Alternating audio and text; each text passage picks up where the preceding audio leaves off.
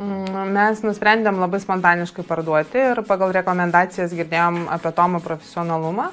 Tai todėl kreipėmės tiesiai į jį, kad greičiau ir kuo skubiau parduoti, nes tikrai operatyviai jisai sugeba, žinojom, kad sugeba parduoti objektus labai operatyviai.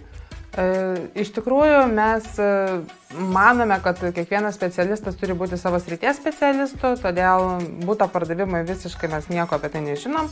Todėl mums buvo labai aktualu, kad būtų buvęs žmogus, kuris mums padėtų, viską išaiškintų, taip ir buvo.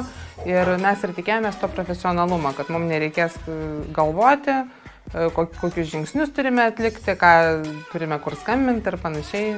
Tik per profesionalus, nes patiems tikrai taip nepareklamuosi ir mes manom, kad ir už tokią sumą tikrai neparduotumėm. Turėjome truputėlį sunkumus su mūsų objektu, bet vėlgi Tomo profesionalumas parodė, kad galima visus sunkumus apeiti ir kad daug ir privalumų mes turėjome, net nežinom, kad mūsų objektas turi tiek privalumų. Tikrai, jeigu patys pardavinėtumėm, nes net nežinotumėm, kaip pareklamuoti žmonėm, patys nežinom, kad tokį šaunų butą turim.